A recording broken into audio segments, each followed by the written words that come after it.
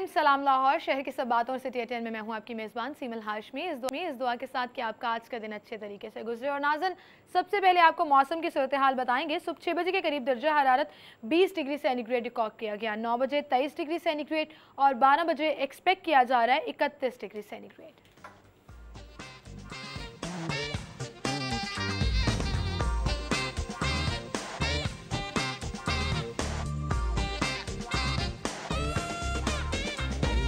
बजे 32 degree centigrade, 6 बजे 28 और 9 बजे 25 डिग्री सेंटीग्रेड।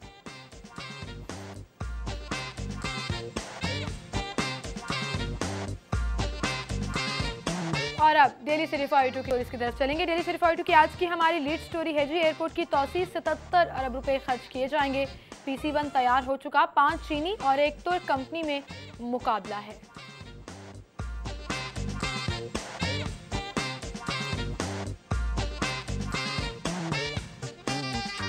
दूसरी टॉप स्टोरी, प्राइमरी और मिडिल स्कूलों में शाम को भी क्लासेस होंगी, असातिज़ा को इजाफी तनख्वाह मिलेगी।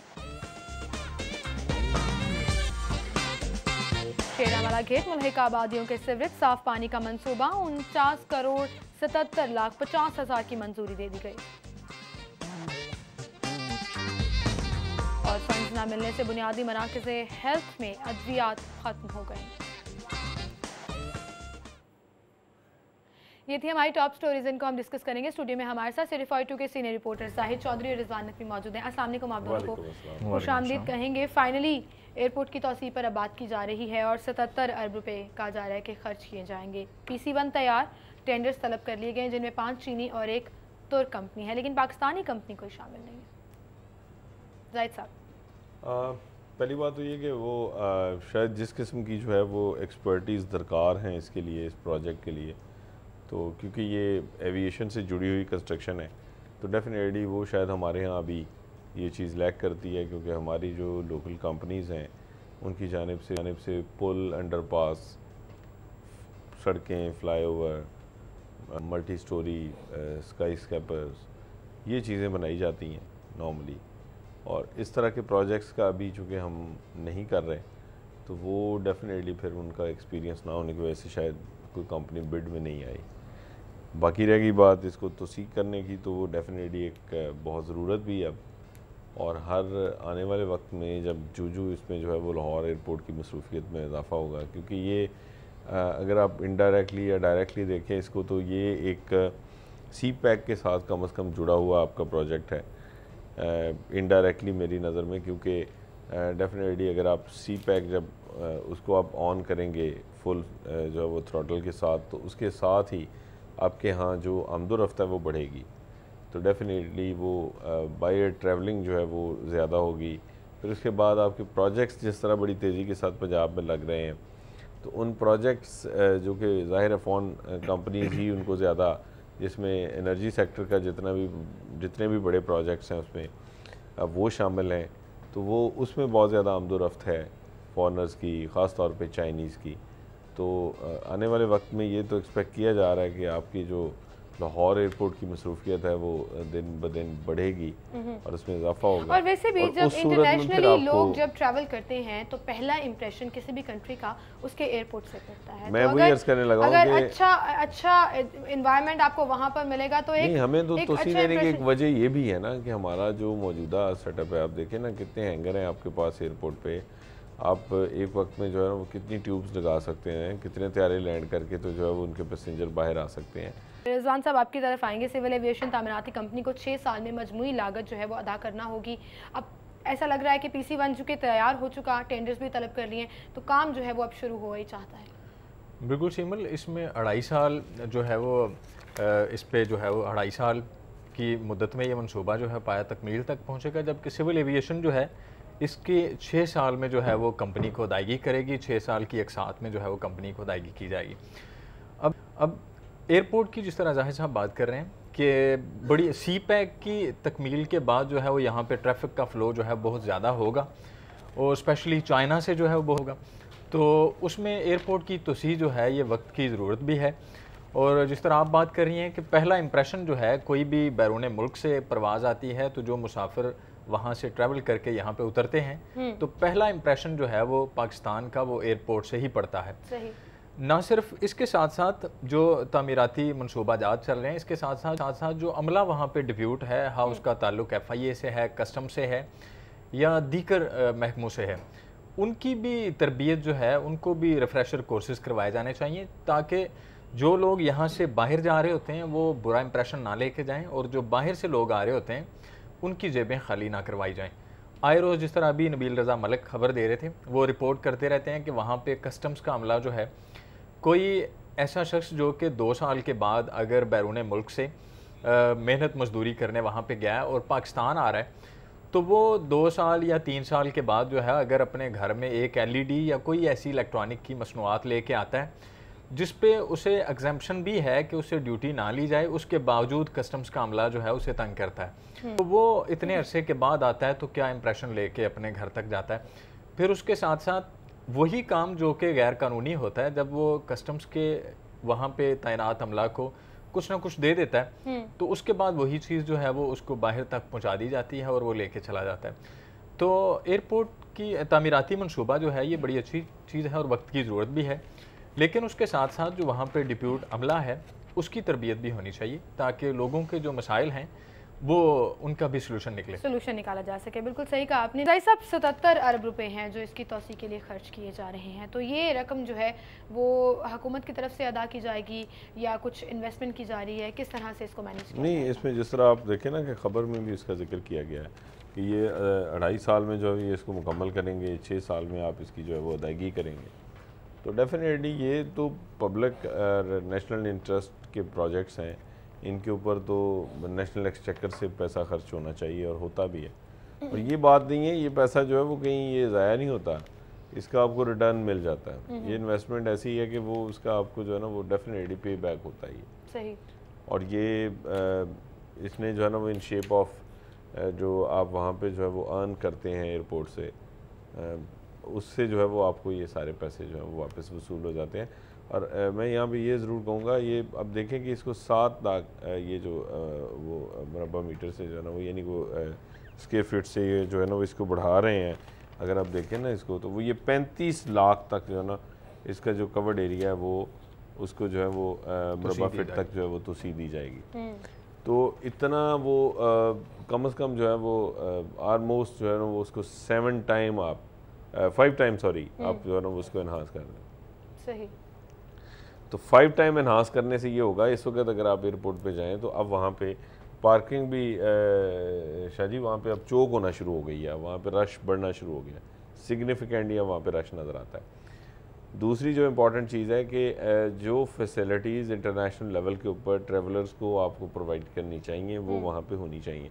और जिस तरह रिजवान साहब कह रहे थे कि अमला, इसके लिए मेरे ख्याल में बड़ा एक आपको प्रोफेशनल एक जो है ना वो एटीट्यूड के हामल स्टाफ की ज़रूरत है। मेरे ख्याल में HR के हवाले से भी चीज़ें रीथिंक होनी चाहिए और ये एक बाकायदा एक इंडिपेंडेंट सिस्टम बनाया जाए, जिस तरह वेस्ट में बना है, अमेरिका में बना है कि उन्होंने वो ट्रांसपोर्ट सिक्योरिटी एजेंसी बनाई, उसका काम ही सिर्फ ये है कि उसने एयरपोर्ट्स को जो है ना वो लेना है, टेकअप करना है।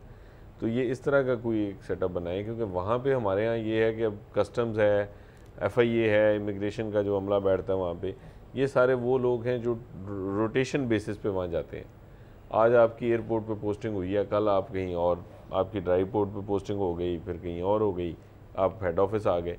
तो उससे ये है कि उन लोगों का वो एक तो ये करप्शन अपनी जगह, लेकिन वो उस तरह जम के वहाँ काम कर नहीं पाते, यानी वो उसके साथ उस तरह अटैच नहीं है, अलाइंड नहीं है। आपका खास मिजाज चाहिए एयरपोर्ट पे, आपका वो स्टाफ जो है वो अलाइंड नहीं है। दूसरा ये कि वो स्टाफ जो है वो आपके उसमें अंडर कमांड नहीं है। अब सिविल एविएशन अथॉरिटी जो है वो एयरपोर्ट को तो ओन करती है, उसको तो एविएशन को तो वो ओन करते हैं, लेकिन वहाँ पे FIA, कस्टम्स, उसके ये इनको जो है ना वो आप नहीं करते, ठीक है। इसी तरह एयरलाइंस जो है ना वो उनका जो स्टाफ है वो अलहदा है, एविएशन का अपना स्टाफ अलहदा है, सिक्योरिटी उनकी अलहदा है, यानी ये सारी चीज़ें मुख्तलिफ जो है ना वो डिपार्टमेंट्स हैं और वो उनका आपस में वो रिदम, वो तालमेल, क्योंकि हर एक की कमांड अलहदा है।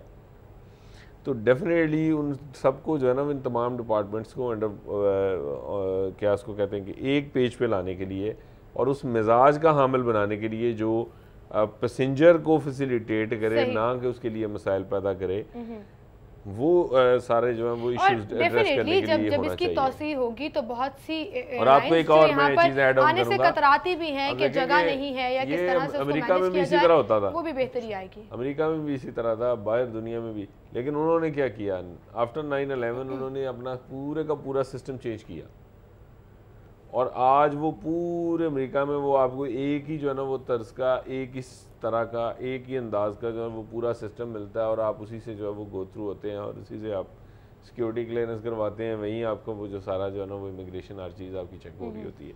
तो डेफिनेटली हमें भी ये करना पड़ेगा। आप ये कहना चाह रहे हैं कि अब तौसी के बाद जो है वो सिस्टमाइज चीजों को करना ये पड़ेगा, जो हमने बनाया हुआ ना कि जी ये इमिग्रेशन FIA ने करना है, और आज को बंदा वहाँ पे है, कल नहीं है, आज कस्टम का एक बंदा जो है ना वहाँ पे काम कर रहा है, अगले दिन उसकी जैसे अभी रिजवान साहब कह रहे थे कि कुछ को जाने देते हैं, अगर आप अपने जेब में पैसे डाल लें, कुछ को रोक लिया जाता है। ये देखिए वो तो चेक एंड बैलेंस की बात है ना, बड़ी सिंपल, वो तो है चेक एंड बैलेंस की बात। जब एक अथॉरिटी होगी, एक सिस्टम, एक जो है ना उसी का ह्यूमन रिसोर्स होगा, फिर आप उसको पे भी उसी तरह करेंगे ना, आप उनको फैसिलिटेट भी करें ना in shape of their benefits उनकी। अच्छा, लेकिन अगर जाहिर साहब सिस्टम की बात करें तो सिस्टम तो बहुत से ख़राब है। एजुकेशन सिस्टम की मिसाल ले लें, और अगली टॉप स्टोरी भी हमारी उसी हवाले से। प्राइमरी और मिडिल स्कूलों में अब शाम को क्लासेस होंगी, असातिज़ा को इजाफी तनख्वाह मिलेगी, इससे क्या बेहतरी आएगी, इनरोलमेंट बेहतर होगी या नहीं, इस पर बात करेंगे। एक छोटी सी ब्रेक, हमारे साथ रहिएगा।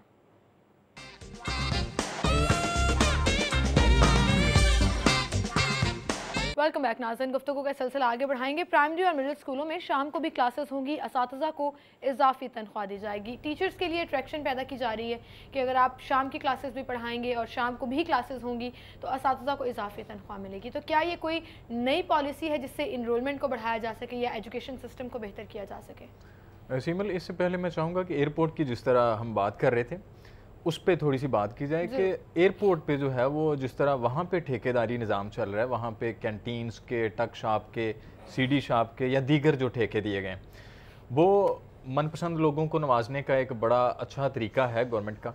वहाँ पे जो ठेकेदार हैं वो महंगी अशिया फ़रोख्त करते हैं, और इतनी ज़्यादा डिफरेंस होता है उनके रेट्स में कि बाहर से एक चीज़ आपको 10 रुपये की मिलती है तो वहाँ पर आपको वो 50 रुपये में मिलेगी। तो जो लोग यहाँ से जा रहे होते हैं या बाहर से आ रहे होते हैं या फॉरनर्स, वो यहाँ पे उनके लिए ये बड़े मसले मसाइल हैं कि वो एक मुल्क के इमेज का तो मसला है। आप इसका कंपैरिजन अगर लारी अड्डा के साथ करें तो लारी अड्डे पे भी कोई सिचुएशन जो है इससे मुख्तलिफ नहीं है, वो भी एयरपोर्ट की तर्ज पे ही, एयरपोर्ट को लारी अड्डे के ही तर्ज पे चलाया जा रहा है कि लारी अड्डे पे आप देखें वहाँ पे जो कैंटीन्स हैं या जो वहाँ पे खोखे लगे हुए हैं, वहाँ पे भी चीज़ें महंगी बेची जा रही होती हैं, और वो ठेकेदार को नवाजने का एक तरीका है। और एयरपोर्ट पे भी बिल्कुल उसी पैटर्न पे जो है वो चलाया जा रहा है सारा निज़ाम। और फिर जो अंदर शॉप्स हैं उनकी आड़ में स्मगलिंग भी होती रही है, माजी में भी और अभी भी। आज से कोई 8 माह पहले एक केस पकड़ा गया, अब्दुल बासित नामी एक शख्स जो कि FIA के, कस्टम्स के, ANF के काउंटर से गुजरने के बाद अंदर पहुंचा। उसके बाद वो वहाँ पे एक CD शॉप में गया, उसको वहाँ पे 15 किलोग्राम सोना और 32 मिलियन करेंसी दी गई। आप 10,000 से ज़ायद रकम लेके जो है वो ट्रैवल नहीं कर सकते यहाँ से। और उसको जब वो सारे काउंटर से जामा तलाशी के बाद क्लियर हो के अंदर चला गया, उसके बाद वो वहाँ पे वेट कर रहा था फ़्लाइट का, वहाँ से उठा और उठ के एक CD शॉप में गया जिसका ठेका मुस्लिम लीग नून के ही एक कारकुन के पास है, एक अमीर कारकुन के पास है। वहाँ से उसे 15 किलोग्राम सोना और 32 मिलियन करेंसी जो है वो दी गई, और वो लेके जा रहा था कि मुखबरी पे उसे पकड़ लिया गया। अब जो ठेकेदारी निज़ाम वहाँ पे चल रहा है, जो ठेकेदार वहाँ पे बैठे हुए हैं, अगर उनका जो वहाँ पे उनकी इनकम है और जो उनके एसेट्स हैं, इनको अगर कंपैरिजन किया जाए और कोई इदारा इनको चेक करे तो ये बड़े इसमें इंकशाफ होंगे कि लोगों ने किस तरह से इतना अरबों रुपया कमाया। और वहाँ पे ये साल से ये काम चल रहा था, लोग यहाँ से हर चीज़ लेके बाहर जाते रहे, करेंसी भी यहाँ से जाती रही है, जो मनी लॉन्ड्रिंग होती रही, फ़्लाइट ऑफ कैपिटल हुआ। उसके अलावा यहाँ से सोना बहुत ज़्यादा लोगों ने ख़रीद के, तो वो सुहा बाजार के बहुत से ताजर हैं जिनके साथ मिलकर लोग काम कर रहे हैं। इसमें भी बेहतरी लाने की ज़रूरत है ताकि जो रेवेन्यू है हमारा वो बाहर ना जाए। इंफ्रास्ट्रक्चर बेहतर करना है तो सिर्फ इंफ्रास्ट्रक्चर से ही तो काम नहीं चलेगा ना। अभी आप स्कूल की बात कर रहे हैं जी, अब इसमें भी ये देख लें कि ये पहले जो है वो ये फैसला किया गया था कि जी इनकी इनरोलमेंट बढ़ाएं आप, यानी इसका मतलब है कि बच्चे जो हैं वो स्कूल नहीं आ रहे और आपने जनाब टीचरों को भी इस काम पे लगा दिया कि अब उसके ऊपर बाकायदा वो लठ लेके जो है ना वो महकमा तालीम जो है वो टीचरों के पीछे पड़ा हुआ है, आपके स्कूल की हाज़िरी जो है ना वो कम हो रही है, आप इसमें इजाफा करें। अब वो टीचर क्या कर रहे हैं, उनको ये सपोज किया जा रहा है कि वो लोगों के घरों में जाएंगे और ज़बरदस्ती वहाँ से बच्चे उठा के ले आएंगे और स्कूल में बिठा देंगे। अब वो अभी जो है वो आपका एक हुक्मनामा, एक नादरशाही हुक्म जारी था कि अब आपने जो है ना वो ये एक नया दे दिया कि जी अब शाम की क्लासेस होंगी और इसमें इनके इतने पैसे दिए जाएंगे। भाई सुबह के टाइम आपके स्कूल में बच्चे पूरे नहीं हैं, आप शाम को भी बच्चे मांग रहे हैं कि वो भी शाम को भी ये पढ़ाएंगे, तो ये किस किस्म की जो है ना वो हिकमत अमली है। जगह का भी तो मसला है ना ज़ाहिर साहब, जहाँ पर मतलब कोई हाई स्कूल है उसका इंफ्रास्ट्रक्चर बेहतर नहीं है, तो वो मिडिल स्कूल में इवनिंग में हाई स्कूल की क्लासेस दे सकेंगे। सिंपल बात बड़ी सिंपल सी है इसमें कि सिर्फ इतनी बात समझने की है कि तालीम का जो शोबा है जी, अगर वो प्योरली टेक्नोक्रेट्स के हाथ में हो, खुदारा उनको प्लानिंग करने दें, उनको पॉलिसी बनाने दें, तो ये खुद ब खुद ठीक हो जाएगा। अब मैं आपको एक छोटा सा ट्रेंड बताता हूँ। इस वक्त पिछले कुछ सालों से DPS जो मॉडल टाउन है उसकी पोजीशंस आ रही हैं, ठीक है।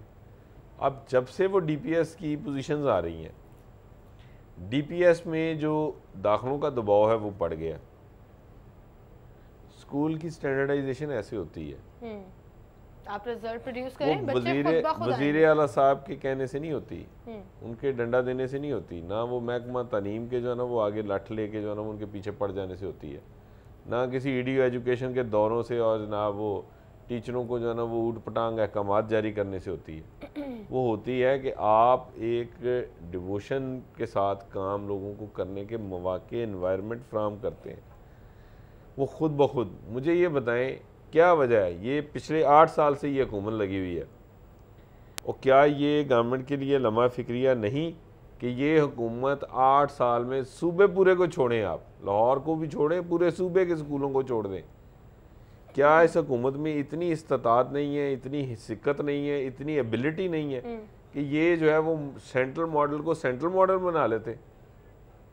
आप सेंट्रल मॉडल की जो ओल्ड उसकी जो उसका रेनेसेंस एज है जिसमें सेंट्रल मॉडल होता था, क्या आप उस एज में उस स्कूल को वापस नहीं ले जा सकते थे?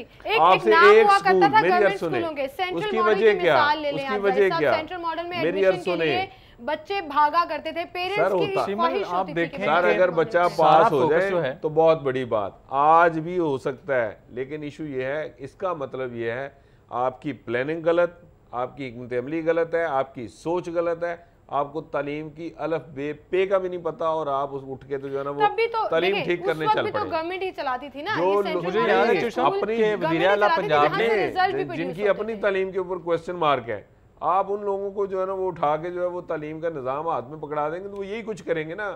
एक सेंट्रल मॉडल आपसे रिस्टोर नहीं हुआ, और अब आप जो है ना वो कभी कहते हैं बच्चे उठा के ले आओ लोगों के घरों से, सरकारी स्कूल भर दो। बिल्कुल से शाम की क्लासेस, क्या इम्पैक्ट आएगा इससे? क्या एजुकेशन इतनी नाकाम हो चुकी कि हर 15 दिन बाद, हर महीने बाद कोई ना कोई पॉलिसी टीचर्स अलबत्ता इससे खुश हैं क्योंकि उनको इजाफी मुआवजा जो है वो भी दिया जा रहा है। कल जुनैद साहब जब ये ब्रेक कर रहे थे तो उनके कुछ टीचर से बात भी हुई एंड दे थॉट कि अगर हम एक्स्ट्रा काम कर रहे हैं तो हमें एक्स्ट्रा पे भी किया जा रहा है। वज़ीर आला पंजाब ने 90 शाहराह पे तमाम अरकान असम्बली से खिताब करते हुए ये कहा था कि जिस भी हल्के में मुझे हाज़िरी कम नज़र आई स्टूडेंट्स की, मैं उस हल्के के रुकन सूबाई असम्बली को जो है वो उसकी रुकनीत मुअत्तल कर दूँगा।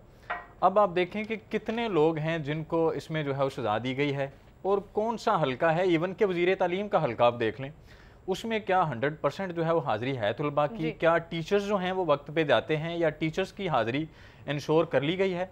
तालीमी एमरजेंसी की बात तो की जाती है, लेकिन प्रैक्टिकली आप देखें तो बाकी पूरे सूबे को छोड़ दें, सिर्फ लाहौर शहर के अंदर जो सरहदी इलाके हैं, हमारे चैनल ने ही एक रिपोर्ट चलाई थी कि सरहदी इलाकों के हज़ारों बच्चे जो हैं वो सिर्फ इस वजह से स्कूलों में जाना उन्होंने छोड़ दिया चूँकि वहाँ पे ट्रांसपोर्ट का कोई निज़ाम मौजूद नहीं है। वागा के करीब करीब कई ऐसे देहात हैं जहाँ पे कोई बस नहीं जाती। लाहौर के अंदर बसें चलाने के लिए स्पेशल एक कंपनी भी बनाई गई, लेकिन शहर लाहौर में भी सिर्फ और सिर्फ 3-4 बड़ी शाहराएँ हैं, उनको फोकस किया जा रहा है, सारा इंफ्रास्ट्रक्चर जो है उनके गिर्द घूम रहा है, सारी जो ट्रांसपोर्ट की डेवलपमेंट है वो सारी उनके गिर्द घूम रही है। जो शहर के सरहदी इलाके हैं उन पे भी कोई तवज्जो नहीं है। बाकी सूबा तो चले किसी खाते में नहीं है इनके कि पूरे सूबे से टैक्सेस लेने के बावजूद आप सिर्फ और सिर्फ एक ही शहर पे लगाते हैं और फिर उसके बाद शहर जो है ओवर क्राउडेड होता है पूरे। लेकिन शाहजी जो आप ट्रांसपोर्ट की बात कर रहे हैं ना, देखें बसें चलाने का मकसद हमारा ये नहीं है कि हमने कोई लोगों को ट्रांसपोर्ट देनी है, खुदा न खास्ता ये इस तरह का कोई जो है ना वो नेकी नहीं सरजद होनी चाहिए।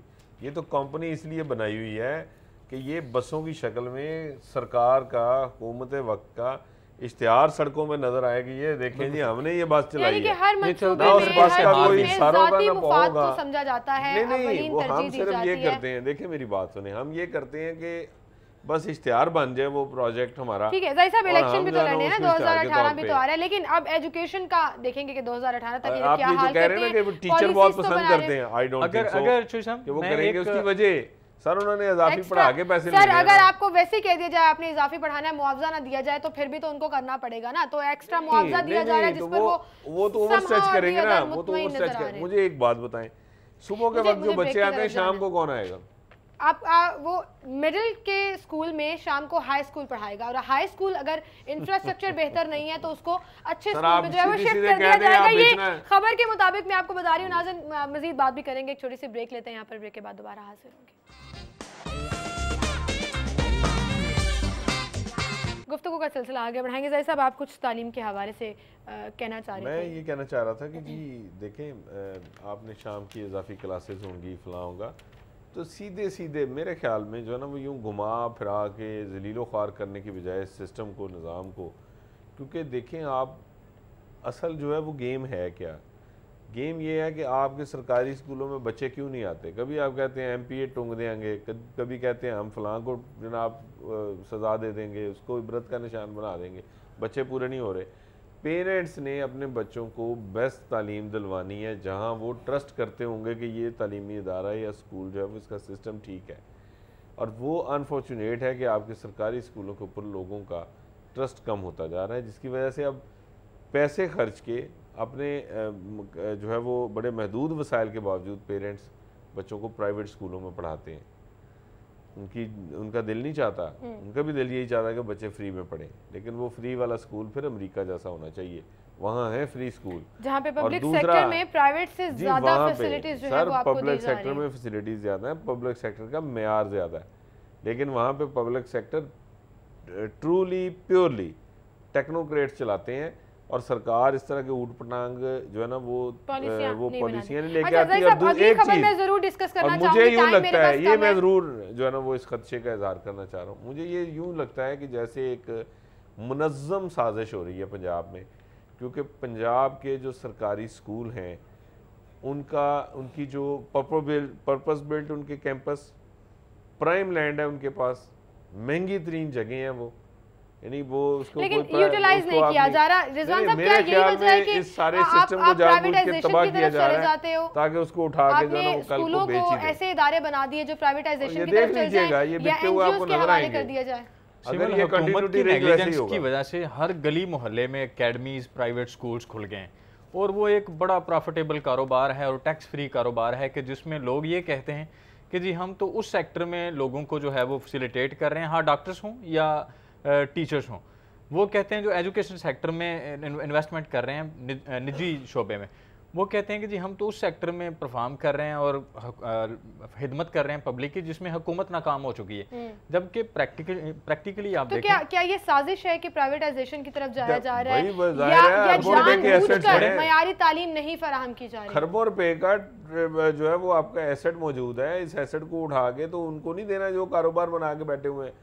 आप सोच नहीं सकते प्राइवेट स्कूलों की भी बात कर ले तो वो तालीम से ज्यादा कमर्शियलाइजेशन की तरफ ज्यादा बात की जा रही है। अब आपकी फैक्ट्रियां तो चल रही हैं, तो तालीम क्या है, लेकिन वो प्योरली बिजनेस चल रहा है वहाँ पे वो, और फैक्ट्रियों से ज्यादा चल रहा है। ये हुकूमत को सोचना होगा कि क्या आवाम की फलाह के लिए काम हो रहा है या नहीं हो रहा। बहुत शुक्रिया। वो उस दिन मानेंगे जिस दिन सेंट्रल मॉडल स्कूल को ये हुकूमत जो है ना दोबारा से अपने उसी ग्लोरी पीरियड में अपने ग्लोरी पीरियड पे ले आए, बेहतरी की तरफ। बहुत शुक्रिया आप दोनों का, आप हमारे साथ मौजूद थे। ब्रेक का टाइम हो हो रहा है, लेकिन उससे पहले मैं एक छोटी सी खबर पे एक्स्ट्रा अपना करना चाहूँगी कि फ़ंड्स ना मिलने से बुनियादी मराकज़ हेल्थ में अद्वियात जो हैं वो ख़त्म हो गई। लेकिन दूसरी तरफ बयानात ये आ रहे हैं, CM साहब ने ये बयान दिया कि आवाम को मेयारी तिब्बी सहूलतों की फराहमी को हर सूरत यकीनी बनाया जाएगा। किस तरह यकीनी बनाया जाएगा और कहाँ पर वो मेयारी तिब्बी सहूलतें दी जाएंगी, जब मराकज़ हेल्थ में ही जो आपने बुनियादी मराकज़ हेल्थ बनाए हैं, फ़ंड्स नहीं है, अद्वियात नहीं है, तो आवाम को किस तरह से इस्तेफादा होगा। इसी नोट पर एक ब्रेक लेते हैं, ब्रेक के बाद आप हेडलाइंस जानेंगे, उसके बाद प्रोग्राम में दोबारा हाजिर होंगे।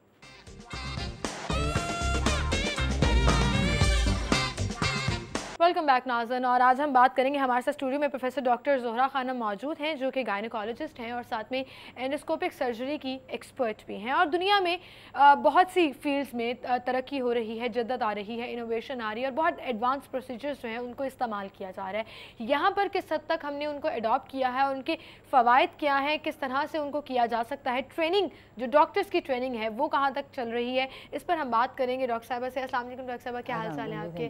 Thank you so much for coming.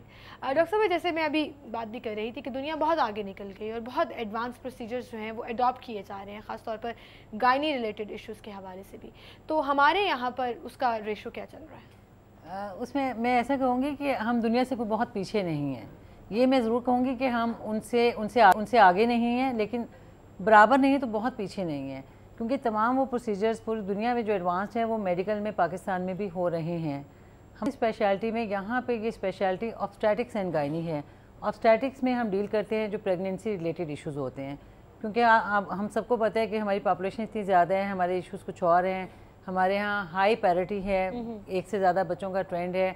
Contraception के कुछ मेथड्स वो बहुत फ्रीली अवेलेबल नहीं हैं, या प्रैक्टिसेस फॉर डिफरेंट रीजंस बहुत कॉमन नहीं है। तो उसकी वजह से गायनी की जो स्पेशलिटी है वो थोड़ी सी कंपैरेटिवली इग्नोर्ड है।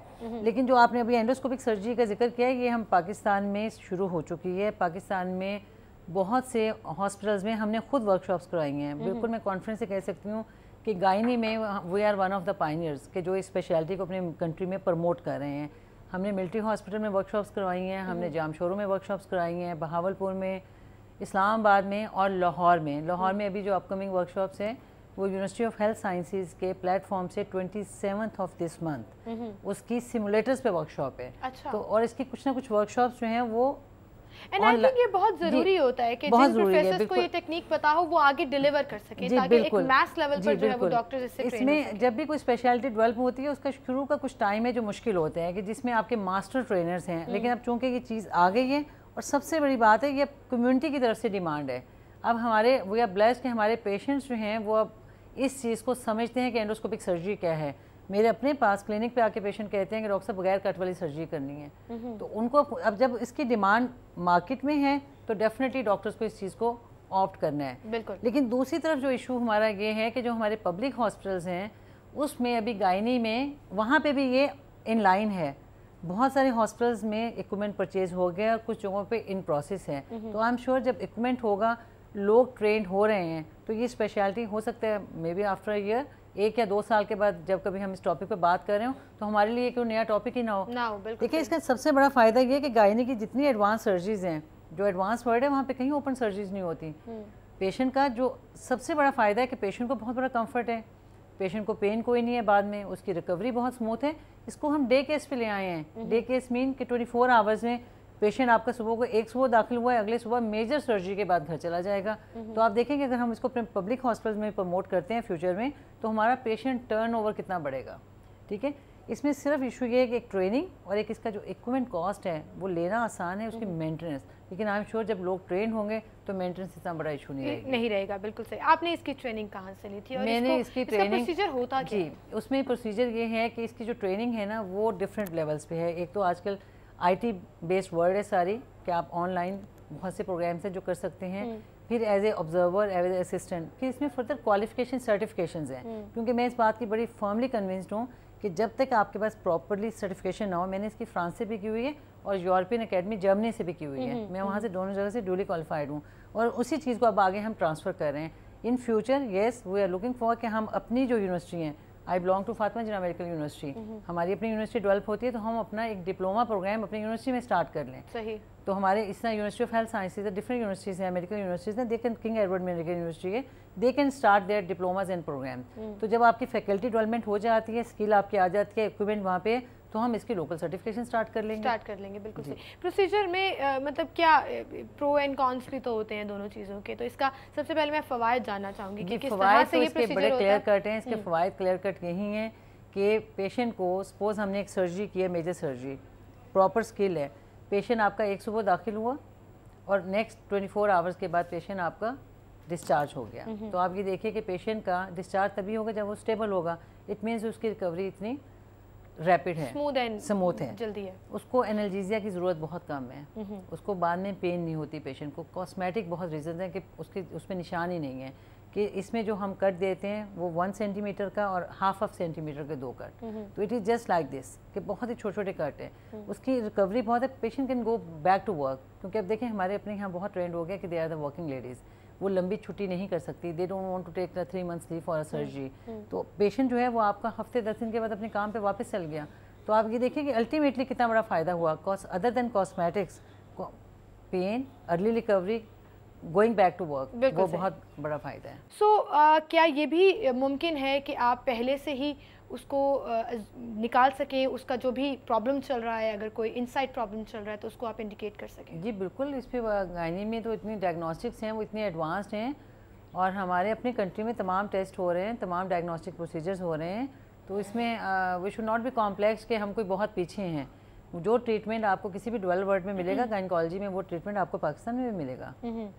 अच्छा, जनरली क्या इश्यूज आते हैं ख़ास तौर पर, मतलब अगर हम ड्यूरिंग प्रेगनेंसी बात करें तो क्या क्या इश्यूज हैं वो? जो उसमें देखिए जो कॉमन पब्लिक एट मैथ्स है ना, तो हमारा सबसे बड़ा प्रॉब्लम है कि प्रेगनेंसी एक बहुत ही कॉम्प्लिकेटेड प्रोसेस है। कहने को तो इतना सिंपल है, कॉम्प्लेक्स प्रोसेस है।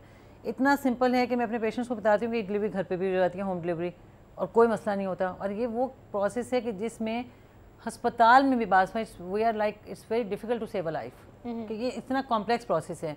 प्रेगनेंसी के अपने बहुत बड़े रिलेटेड इश्यूज़ हैं। तो हमारे पेशेंट्स को इस चीज़ को एक्नॉलेज एडमिट करने हैं कि प्रेगनेंसी को लाइट मत लें। बेशक ये नॉर्मल फिजियोलॉजिकल प्रोसेस है, होम डिलीवरी भी यानी कि लोग करवाते हैं, लेकिन इसमें कम से कम स्क्रीनिंग ज़रूर होनी चाहिए कि कौन से पेशेंट्स हैं, कौन से कंडीशंस हैं जिनको अस्पताल में हर हाल में अस्पताल में ही जाना है।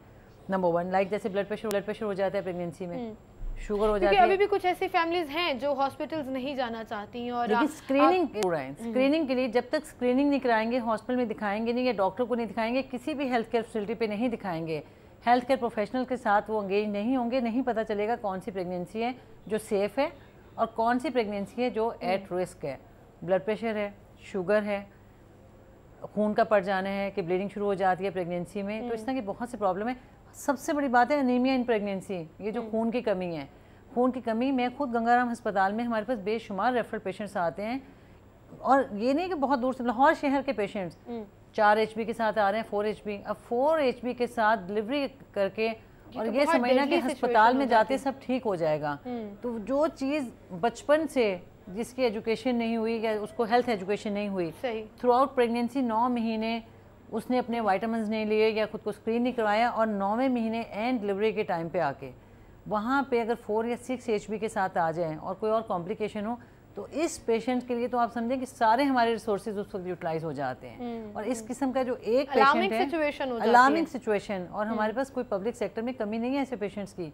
हमारी हर इमरजेंसी में इस तरह के पेशेंट। अच्छा, इसकी वजह क्या है और आम लोगों तक ये अवेयरनेस कैसे पहुंचनी चाहिए कि थ्रू आउट द प्रेगनेंसी आप बेशक घर में डिलीवरी जैसे आपने कहा कि हो भी जाती है, इट्स एन ईजी टास्क, लेकिन थ्रू आउट द प्रेगनेंसी आप कहीं ना कहीं जाकर स्क्रीनिंग ज़रूर कराएं, अपना चेकअप ज़रूर कराएं, टेस्ट ज़रूर कराएं। ये अवेयरनेस लोगों तक कैसे पहुँचे, इस पर भी बात करेंगे। नाज़रीन, एक छोटी सी ब्रेक लेते हैं, ब्रेक के बाद दोबारा हाजिर होंगे। जी, गुफ्तगू का सिलसिला हम आगे बढ़ाएंगे। हम बात कर रहे थे डॉक्टर साहिबा ब्रेक पर जाने से पहले कि प्रेगनेंसी के दौरान स्क्रीनिंग और डॉक्टर के पास जाना कितना ज़रूरी है। ये समझा जाता है कि जो बड़ी बूढ़ियाँ होती हैं कि हमने भी तो अपने ज़माने में जो है वो इसी तरह से किया था, हमें तो उस वक्त डॉक्टर की ज़रूरत नहीं होती। तो आजकल की नस्ल को क्या ज़रूरत है बार बार डॉक्टर के पास आने की? देखिए, इसमें ना कि सिर्फ ये नहीं कि हमने गायनी और ऑब्स्टेट्रिक्स में आजकल का ट्रेंड चेंज हुआ है या हमें करना है, ये ऑल ओवर द वर्ल्ड और हर स्पेशलिटी में है। पहले मोबाइल फ़ोन था, किसी फ़ोन में पूरे मोहल्ले में या पूरे घरों में एक टेलीफोन हुआ करता था, उसके बाद घर घर फ़ोन आ गया। अब हर एक के हाथ में, हर घर में हर एक के पास अपना मोबाइल फ़ोन है। ठीक है, उसकी दिक्कत ज़रूर है लेकिन उसके फ़ायदे भी बहुत ज़्यादा हैं। इसी तरह से लाइफ में अगर मेरे पास कोई इस तरह की बुजुर्ग खातून आके कहें कि डॉक्टर साहब हम भी तो थे, तो मैं उनको बड़ा सिंपल सी मिसाल देती हूँ। मुझे बताएं जब आपकी शादी हुई थी अपनी बहू को या बेटी को कहाँ से तैयार करवाया, तो वो एक पार्लर का नाम बता देंगे। तो मैं उनसे अगला नेक्स्ट क्वेश्चन करती हूँ, आप खुद कहाँ से कहते डॉक्टर साहब हम तो किसी पार्लर से तैयार नहीं होते थे। मैं कहती हूँ फिर ये नहीं था कि आप खूबसूरत थी, आपकी बहू या बेटी खूबसूरत नहीं है तो आपको पार्लर भेजना पड़ा। It is just for the quality. तो ये जो हेल्थ है ना, ये हमें मेंटली इस बात को एक्सेप्ट करना है कि हेल्थ में हमें क्वालिटी पे काम करना है, क्वालिटी पे काम करना है। तो इट्स नॉट ओनली कि quantity matters, it's a quality of health matters. तो स्क्रीनिंग में बहुत से हैं, थैलेसीमियास की बीमारी हैं, ब्लड प्रेशर की बीमारियाँ हैं, शुगर की बीमारी हैं, कुछ ऐसी बीमारियां हैं कि जिनको अगर हम पहले से स्क्रीन कर लें, शुरू से एंटीनेटल केयर ऐसी दे दें, माँ और बच्चा दोनों सेहत।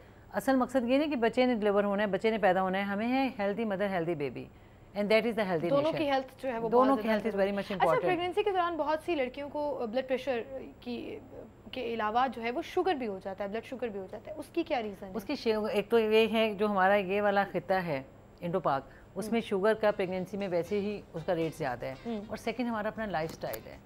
हमारा लाइफस्टाइल ऐसे है कि जिसमें प्रेगनेंसी खुद जो है डायबिटोजेनिक होती है, कि जिसको अगर हिडन शुगर है वो प्रेगनेंसी में खुल के सामने आ जाएगी। और अब इतनी ख़तरे वाली बात नहीं है, अब मेडिसिन आपकी इतनी एडवांस हो गई हैं, सेफ मेडिसिन है।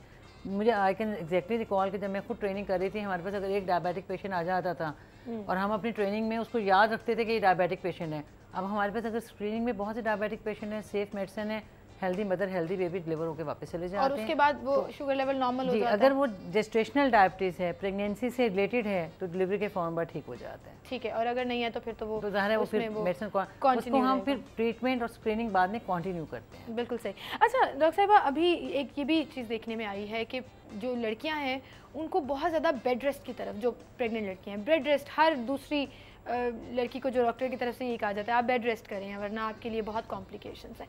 क्यों कॉम्प्लिकेशंस बढ़ती जा रही हैं? क्वालिटी की तो समझ आ गई कि क्वालिटी हेल्थ देना बहुत ज़रूरी है, लेकिन ये जो कॉम्प्लिकेशंस हैं ये क्यों बढ़ गई? अच्छा, मेरा डिफरेंट पॉइंट ऑफ व्यू है यहाँ पे। जो बेड रेस्ट है आमतौर पे जो हम डॉक्टर्स एडवाइस करते हैं दैट्स अ हेल्दी लाइफस्टाइल। उसमें है कि डोंट एक्सर्ट। मसलन अगर किसी लड़की ने सारी उम्र एक्सरसाइज नहीं की तो अब वो प्रेगनेंसी के दौरान में एक्सरसाइज ना शुरू कर दे, सिर्फ ये देख के कि वो प्रेग्नेंट है और अगर नेट पे लिखा हुआ है कि एक्सरसाइज करें तो शुरू ना कर दे।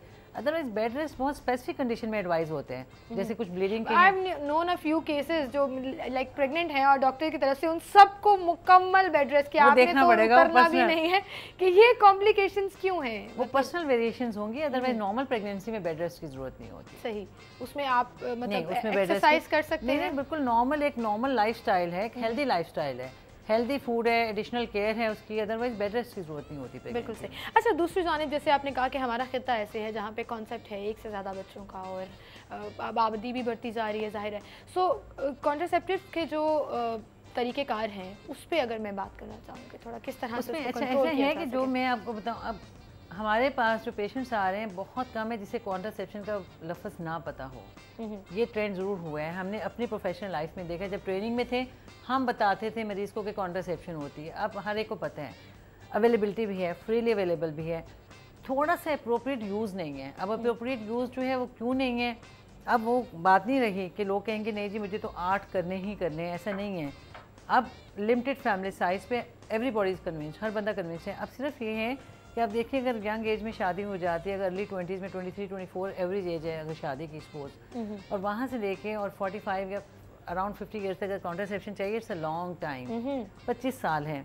तो हम अपने बहुत ही सिंपल फार्मूला है कि it's sort of cafeteria service, कि आज ज़िंदगी के इस हिस्से में अगर किसी को हम परमानेंट लाइगेशन नहीं कर सकते, जिस तरह बांग्लादेश में बहुत ज़्यादा कॉमन ट्रेंड है लाइगेशन का, अर्ली एज लाइगेशन, यहाँ पर तो वो कॉन्सेप्ट नहीं है कि आप उसको बिल्कुल जी, अगर उसमें नहीं, उसमें और इतनी यंग एज में करना भी नहीं चाहिए।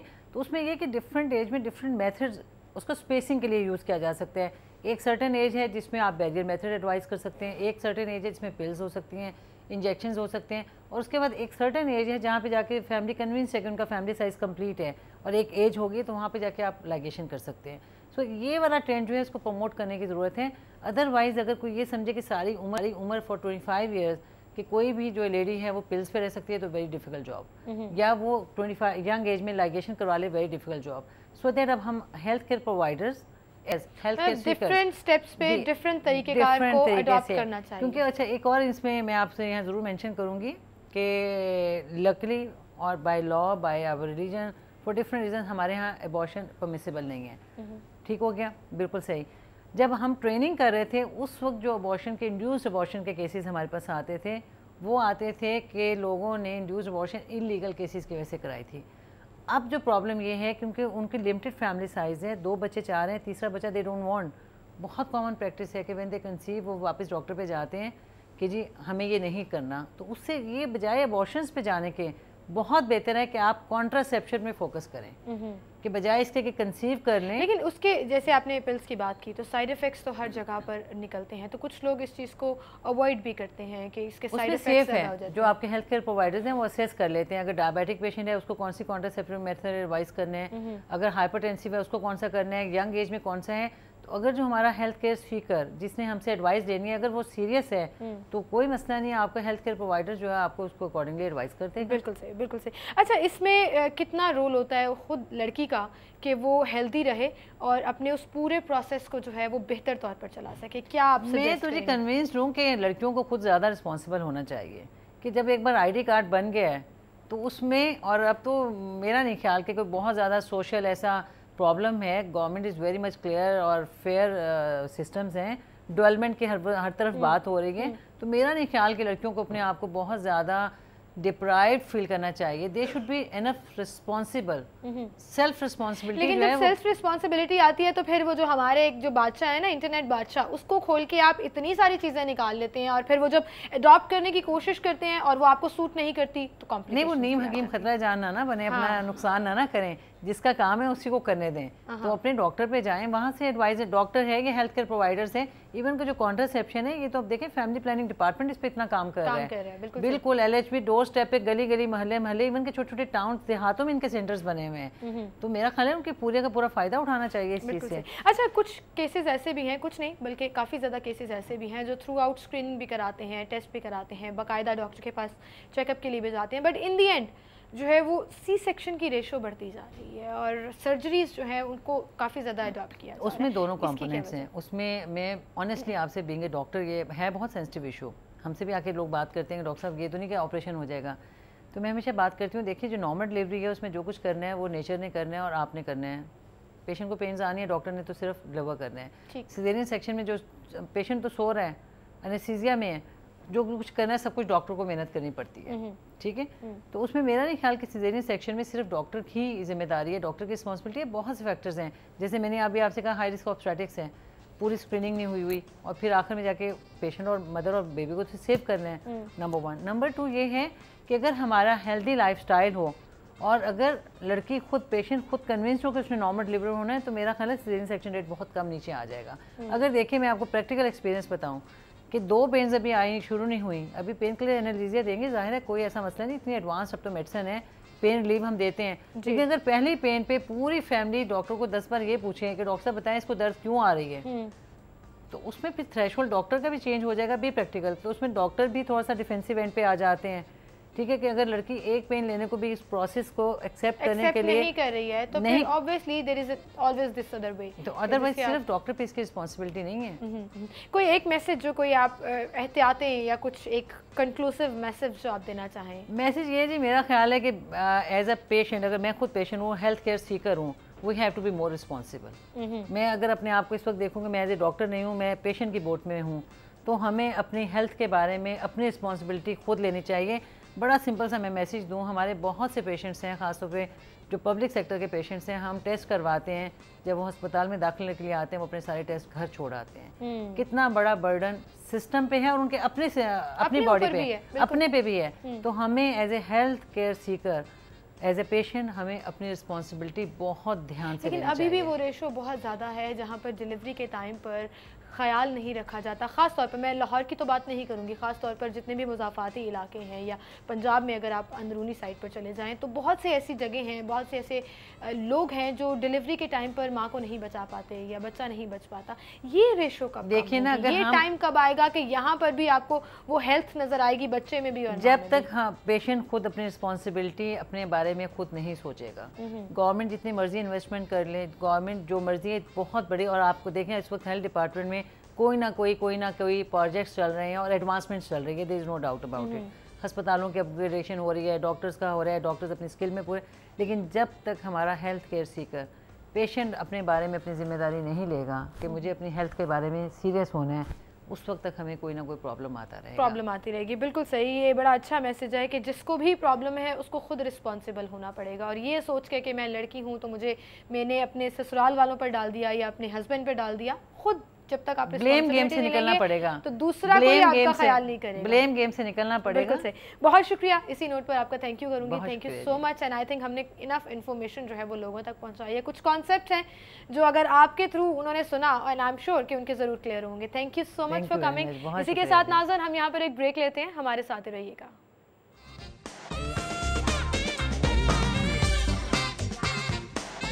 वेलकम बैक नाज़रीन, सेगमेंट्स की तरफ चलेंगे। सबसे पहले आपको सेल्स और प्रमोशंस बताएंगे बचत बाजार में।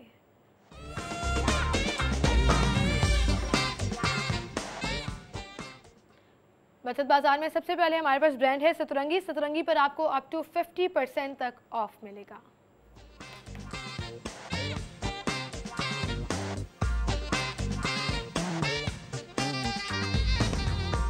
नेक्स्ट है जी हमारे पास जुनैद जमशेद जे डॉट पर यानी कि 50% तक आपको ऑफ मिलेगा।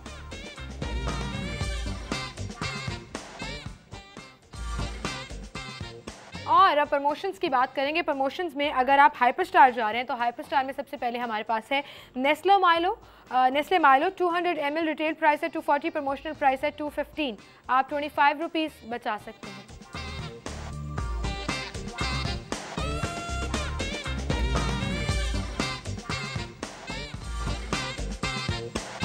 होमेज माइक्रोवेव ओवन है जी, रिटेल प्राइस है 6,750 रुपीज़, प्रमोशनल प्राइस है 5,750 रुपीज़। आप 1,000 रुपीज़ बचा सकते हैं।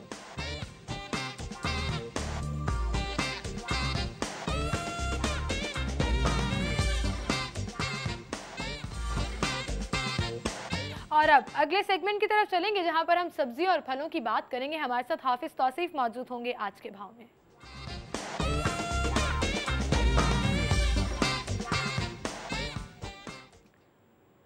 जी तौसीफ बताइएगा, सब्जियां और फल किस कीमत पर मिल रही हैं? क्या कोई महंगाई में कमी देखने में आ रही है? और सरकारी निर्खनामा जो जारी किया जाता है क्या उस पर अमल दरामद हो रहा है? जी हम इस वक्त सब्ज़ी मार्केट में मौजूद हैं। सब्जियों की कीमतों के हवाले से बात करें, फलों की कीमतों के हवाले से बात करें तो कीमतें तो आसमानों से बातें कर रही हैं।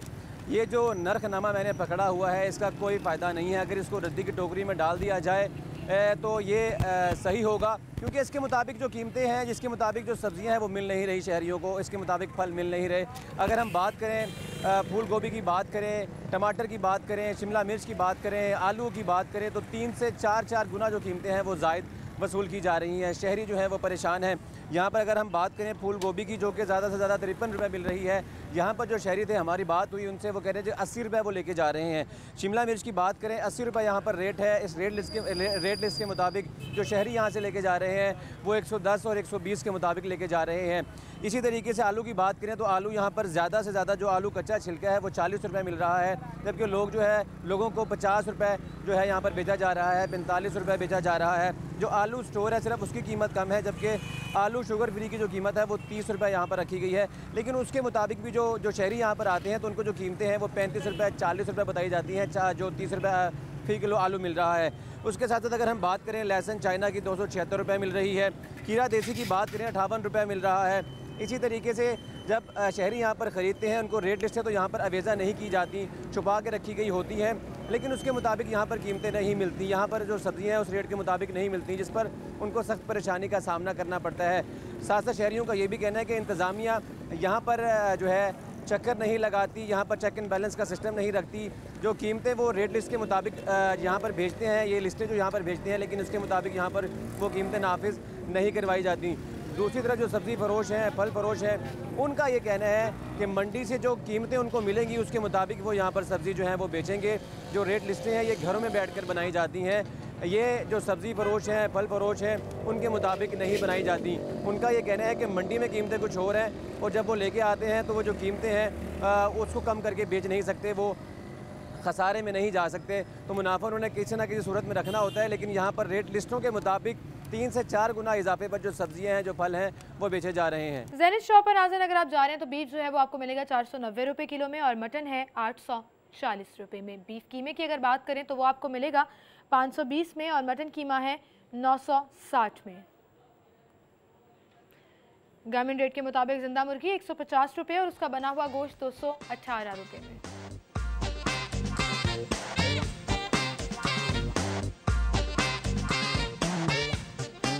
परचून से अंडे आपको मिलेंगे 96 रुपये दर्जन, थोक से 94 रुपये और गोरमे से 95 रुपये में।